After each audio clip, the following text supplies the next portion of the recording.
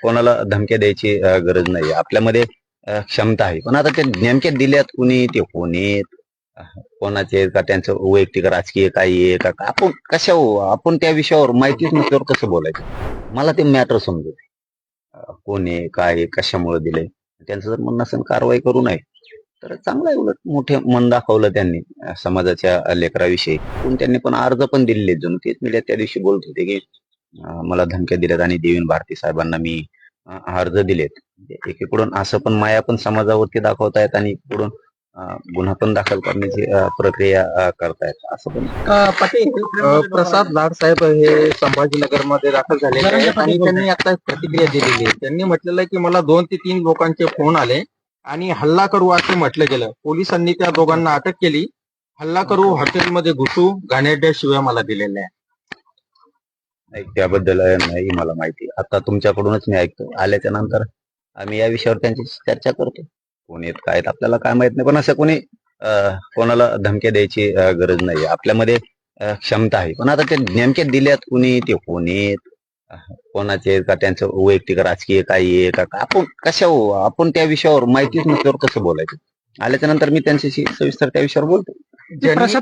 ज्यांनी हे केलेलं आहे त्या मराठा बांधवांना पोलिसांनी ताब्यात घेतलेला आहे आणि पोलिसांना माझी विनंती आहे की त्यांना त्यांच्यावर कडक कारवाई करू नये.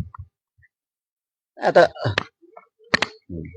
मला ते मॅटर समजत नाही. कोण आहे, काय आहे, कशामुळे दिलंय. त्यांचं जर म्हणणं असेल कारवाई करू नये, तर चांगलं आहे. उलट मोठे मन दाखवलं त्यांनी समाजाच्या लेकराविषयी. परंतु अशी पण माहिती आहे मला की त्यांनी पण अर्ज पण दिलेले. जणू तेच मीडिया त्या दिवशी बोलत होते की मला धमक्या दिल्यात आणि देवेंद्र भारती साहेबांना मी अर्ज दिलेत. म्हणजे एकीकडून असं पण माया पण समाजावरती दाखवतायत आणि इकडून गुन्हा पण दाखल करण्याची प्रक्रिया करतायत. असं पण एकूण दिसतंय. परंतु ते कोणी दिली, का दिली, माझं तर सरळ म्हणणं असतं, आपण शांततेचं आपलं आंदोलन आहे. ते प्रत्येक वेळेस मी शांततेतच सांगतो. माझ्या बांधवांना सगळ्याला सांगितलेलं की आपल्यात खूप क्षमता आहे. आपण न मिळणारं आरक्षण खेचून आणू शकतो. इतकी क्षमता आणि इतकी ताकद मराठा समाजात आहे. असं कोणी करू नये. पण आता कोण आहेत समोरचे हे पण माहित नाही. एखाद्या लय अवघड असते राजकारणात सुद्धा एखाद्या वेळेस माणसं असं काही करताय. परंतु कोणी बांधव असतील तर एखाद्या दिवस रागापोटी जरी बोलले असले, त्यांना वाईटही वाटलं असं की समाजाचं नुकसान होतंय, असंही कोणी असू शकतं. त्यांची जर भावना समाजाविषयी काही बोलण्याची झाली असेल तर एखाद्या दिवस नेत्यांनी बी मोठं मन दाखवायचं असतं. आपलंच पोरग आहे. पण करणाऱ्याने सुद्धा हे करू नये, कारण याचं समर्थन होणार नाही. चर्चेमध्ये सकारात्मक तोडगा निघेल काय वाटतं? आता बोलायच्या अगोदर काही सांगता येणार नाही दादा. काय भूमिका आहे, काय म्हणले त्यांना मुख्यमंत्री. मुख्यमंत्र्यांनी त्यांना पाठवले, कारण तेच बोलले होते की मी मुख्यमंत्र्यांना विचारल्याशिवाय, दोन्ही उपमुख्यमंत्र्यांना विचारल्याशिवाय, त्यांच्या मर्जीशिवाय मी कुठे जाऊ शकत नाही.